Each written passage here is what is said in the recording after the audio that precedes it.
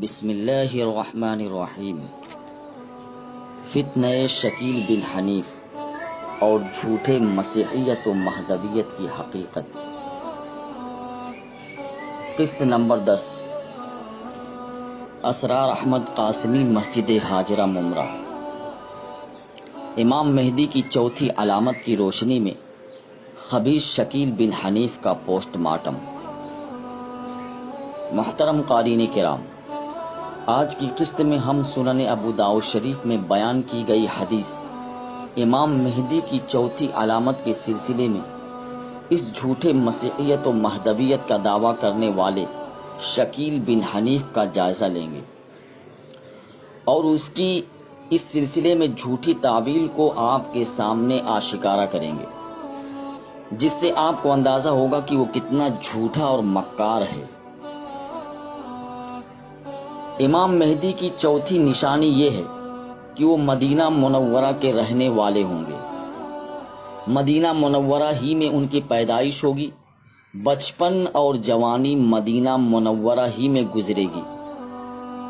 چنانچہ ابو داؤد شریف میں حدیث ہے جس میں صاف صاف لکھا ہوا ہے کہ وہ مدینہ منورہ کے باشندے ہوں گے، یعنی وطنی لحاظ سے وہ مدنی ہوں گے، اور شرعی زبان میں مطلق مدینہ صرف اسی شہر کو کہتے ہیں جہاں آپ صلی اللہ علیہ وسلم کا روضہ مبارک ہے۔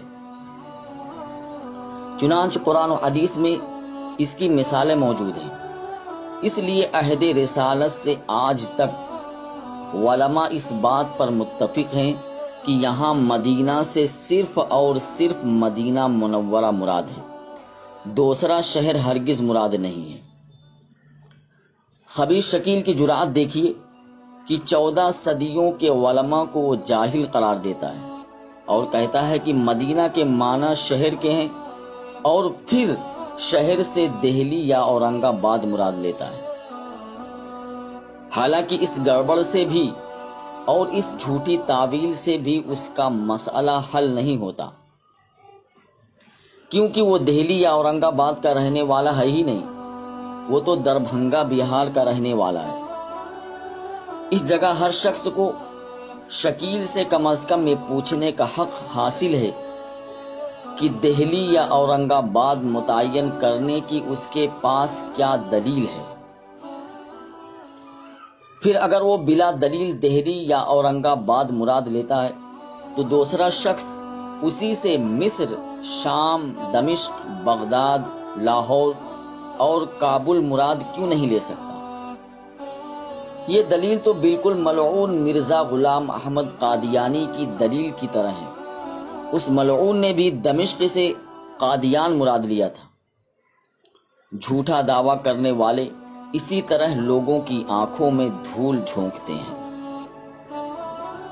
محترم سامعین و قارئین کرام، شکیل بن حنیف اور اس کے ماننے والوں کے بارے میں اس وضاحت کے بعد ہماری ذمہ داری ہے کہ ہم مہدی اور مسیح ہونے کے اس جھوٹے دعوے دار کے فتنے سے بہت ہی ہوشیار اور چوکنا رہیں اور اپنے دوسرے دینی بھائیوں کو بھی اس سے بچائیں۔ اللہ پاک ہم سب کا خاتمہ ایمان پر فرمائے، آمین۔ جاری ہے باقی مضمون آئندہ قسط میں انشاءاللہ تعالی۔ وآخر دعوانا ان الحمد للہ رب العالمین۔